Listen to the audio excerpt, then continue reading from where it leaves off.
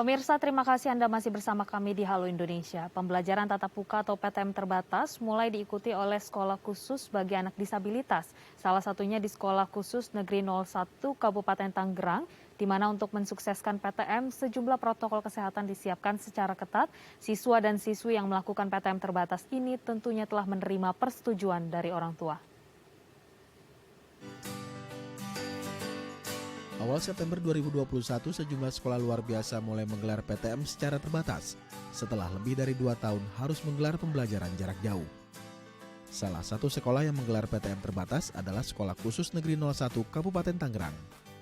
Protokol kesehatan pun diterapkan di tengah penerapan PTM terbatas di sekolah ini, di mana setiap siswa dan siswi yang datang wajib memakai masker dan melakukan pemeriksaan suhu tubuh terlebih dahulu.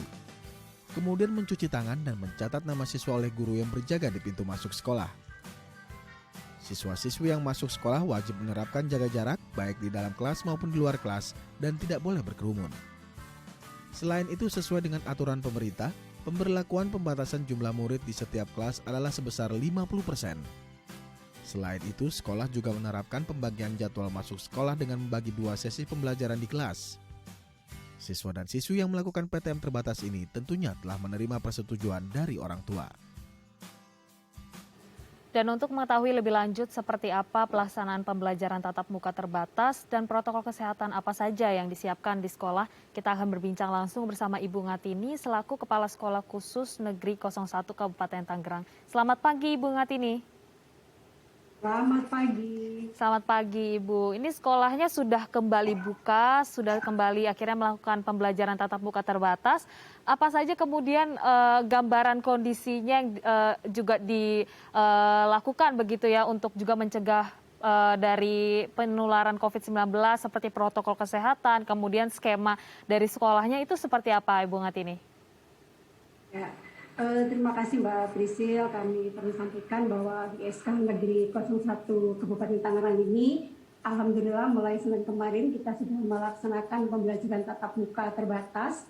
Yang awal dari pembelajaran ini kita awali dengan persiapan menyambut pembelajaran tatap muka terbatas. Nah, adapun hal-hal yang kami lakukan adalah pembentukan tim Satgas Sekolah. Ini sangat penting kami lakukan, di mana tim Satgas Sekolah ini adalah menyiapkan sarplasnya, menyiapkan tata kelasnya, kemudian menyiapkan surat-surat yang harus kita berikan kepada pihak-pihak yang berwenang. Kemudian kita juga membuat surat kepada orang tua, persetujuan orang tua, bagaimana apakah setuju dengan tatap muka melalui link kami yang kami buat. Kemudian hari itu orang harus mengisi dan sebagainya. Jadi pertama kami buat tim Satgas terlebih dahulu, dan itu kami bentuk setelah ada informasi atau edaran dari pemerintah bahwa bulan September bisa dilaksanakan tatap muka terbatas. Oke, sudah ada pengaturannya begitu ya, syarat-syaratnya untuk juga sekolah akhirnya siap dibuka dan aman dari penularan kasus.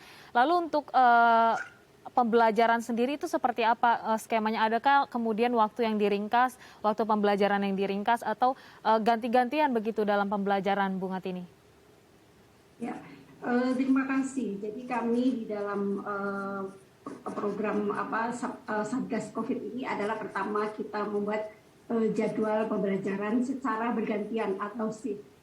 Yang pertama kami lakukan pukul 8 sampai jam 9.30. Kemudian nanti ruangan kita disinfektan dulu, kita bersihkan. Kemudian shift yang kedua jam 10 sampai jam 11.30.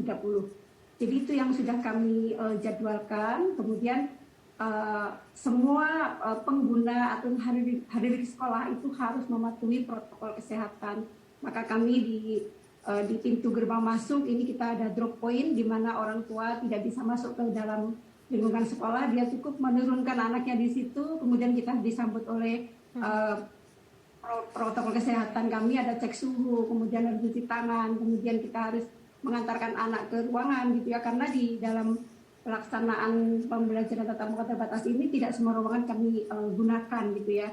Dan setelah kami melaksanakan 2 shift dalam kegiatan ini, kemudian anak-anak nanti yang jam 10 masuk ini kita awali juga dengan tetap cek suhu untuk yang shift yang kedua. Jadi kita memang menggunakan 2 shift, kemudian mata pelajaran yang kita berikan adalah mata pelajaran yang keberfungsian langsung kepada anak-anak. Kita ringkas, kita bikin skenario sebagus mungkin sehingga di waktu 1,5 jam anak di sekolah ini bisa menerima mata pelajaran dengan baik. Baik, menerima pembelajaran yang esensial begitu ya, Bung Atini. Kalau Iya, sejauh betul. ini kemudian ada kan edukasi juga bagi anak-anak dan juga protokol yang harus dilakukan oleh adik-adik begitu ya di sekolah. Apakah ada kemudian kesulitan dari adik-adik sendiri untuk menerima new normal ini? Ya, kesulitannya pasti ada ya. Yang pertama, di mana anak-anak berkebutuhan khusus ini tidak semua siap untuk menggunakan masker. Jadi ada juga anak siswa kami yang harus kita latih untuk menggunakan masker, kemudian dibuat senyaman mungkin gitu. Karena anak-anak ini sensitif ya, kulitnya sensitif. Kemudian kalau nggak kita latih dari awal, dia juga kesulitan. Contohnya kemarin pada saat awal kami masuk pertama ya, ada anak yang tidak menggunakan masker, tapi setelah dipasangkan oleh gurunya gitu, itu alhamdulillah gitu mau gitu, karena kita sampaikan bahwa kalau tidak menggunakan masker tidak boleh sekolah, tidak boleh masuk ke ruangan gitu, dan mereka udah rindu banget nih dengan halaman kami, dengan ruangan kami, dengan guru-guru gitu. Jadi melatih untuk menggunakan masker ini sangat penting. Kemudian juga kita sosialisasikan dengan orang tua, bagaimana kita memberikan pengetahuan atau informasi yang jelas kepada orang tua, dan kami berikan tata tertib itu sebelum pelaksanaan pembelajaran tatap muka terbatas dimulai. Jadi kami ada tata tertib gimana siswa ini harus menggunakan masker, kemudian untuk anak-anak yang apabila dicek suhu ini 37 derajat kita nggak boleh masuk ruangan gitu. Itu terjadi di sekolah kami, karena kami harus betul-betul menggunakan protokol kesehatan. Baik, Ibu Ngatini, kalau kita lihat kemudian tadi kan adik-adik memang harus didampingi, apalagi yang memang harus dibina gitu sampai tempat duduknya, kemudian diarahkan. Nah ini akhirnya juga para pembimbing dan guru-guru tidak bisa melakukan jaga jarak begitu. Apa kemudian proteksi yang sudah dilakukan? Apakah semuanya full, sudah divaksinasi dan ini mengurangi juga adanya penularan kasus, atau ada treatment-treatment khusus, Bu, untuk juga supaya tidak ada penularan di sekolah? Oke. Untuk tenaga pendidik dan kependidikan, kami berjumlah 104 ini sudah divaksin. Jadi memang wajib vaksin dulu terhadap gurunya dan tenaga yang lain, itu wajib vaksin. Nah kalau untuk siswa yang SMP dan SMA usia 12 tahun ini juga wajib vaksin. Untuk anak SD karena memang belum, kami sudah menggunakan cuci tangan yang bersih gitu. Teknik cuci tangan yang 6 langkah harus dilakukan gitu, karena itu salah satu untuk mengantisipasi agar anak tidak terkena COVID ini gitu. Jadi antisipasi adalah kami menggunakan cuci tangan sesuai langkah yang sudah disepakati, kemudian menggunakan masker, kemudian anak-anak yang bisa mengikuti itu. Tapi kalau untuk guru kami alhamdulillah sudah divaksin, baik vaksin 1 maupun vaksin 2. Baik, sudah ada persyaratan yang juga dipenuhi dengan sangat baik begitu ya. Bahkan adik-adik juga yang sudah berumur 13 ini sudah divaksin. Jadi aman, mudah-mudahan tidak ada yang tertular. Nah ini kita melihat juga adik-adik kan diantar oleh orang tuanya ya Bu ya. Kemudian bagaimana memberikan edukasi juga kepada orang tua yang menunggu atau mendampingi di luar sekolah begitu. Untuk juga tetap menerapkan protokol kesehatan supaya juga ketika pulang ke rumah ini aman di rumah begitu Bu. Ya.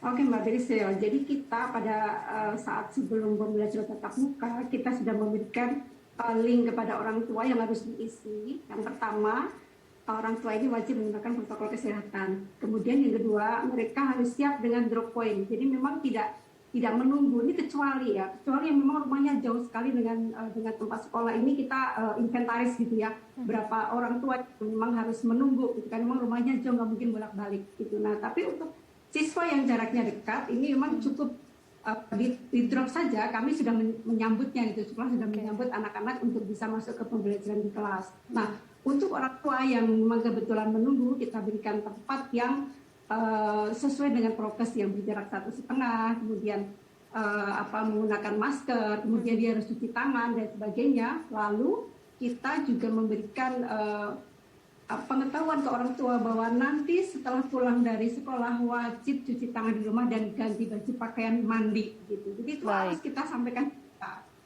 Baik, ada pengawasan yang baik begitu ya. Tadi juga sudah ada Satgas kebetulan yang memang dibentuk dari sekolah. Ya. Kemudian terakhir Bu Ngatini, bagaimana ketika ditemukan anak-anak yang akhirnya ketika melakukan pembelajaran ini kurang enak badan atau ada yang sakit. Adakah fasilitas tertentu yang juga sudah disiapkan oleh sekolah untuk nantinya mengantisipasi adanya kondisi anak-anak yang sakit, Bu?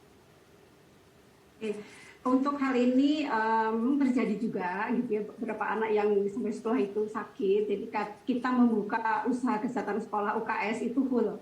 Pada saat kita pembelajaran tatap muka ini UKS kita buka full dan kami punya petugas UKS, dan untuk anak-anak yang seperti ini memang kita UKS tidak kita jadikan di kelas. Atau jika terjadi mungkin yang dari awal cek suhu sudah 37, maka kita disarankan untuk pulang, nggak ingin mengikuti pembelajaran tatap muka terbatas, termasuk berlaku juga untuk guru-gurunya. Baik, ini skemanya sudah sangat-sangat baik begitu ya. Memang harapannya tidak ada penularan dan semoga PTM ini berjalan dengan lancar. Terima kasih Bu Ngatini telah hadir bersama kami di Halo Indonesia. Sehat selalu, Bu. Terima kasih. Ya. Terima kasih. Ya pemirsa, usai jeda kita akan menghadirkan informasi menarik dan inspiratif lainnya. Tetap bersama kami di Halo Indonesia.